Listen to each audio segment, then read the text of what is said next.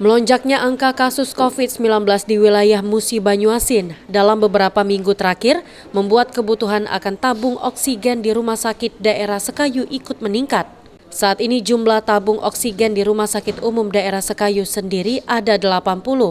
Dan dengan adanya lonjakan kasus COVID-19 saat ini, pihak Rumah Sakit Umum Daerah Sekayu mengambil langsung dari Kota Palembang untuk melakukan penambahan tabung gas untuk menghindari terjadinya ledakan pasien COVID-19. RSUD Sekayu sendiri ini seperti apa, Pak? Baik.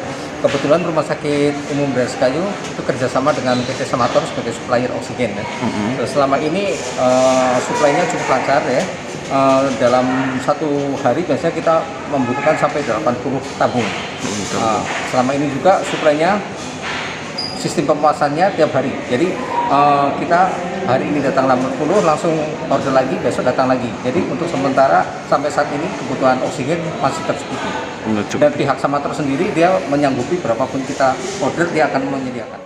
Berdasarkan data terbaru dari tim gugus tugas COVID-19, pertanggal 8 Juli, terjadi penambahan kasus COVID-19 di wilayah Muba sebanyak 50 kasus baru, 24 kasus dinyatakan sembuh dan 3 kasus meninggal dunia.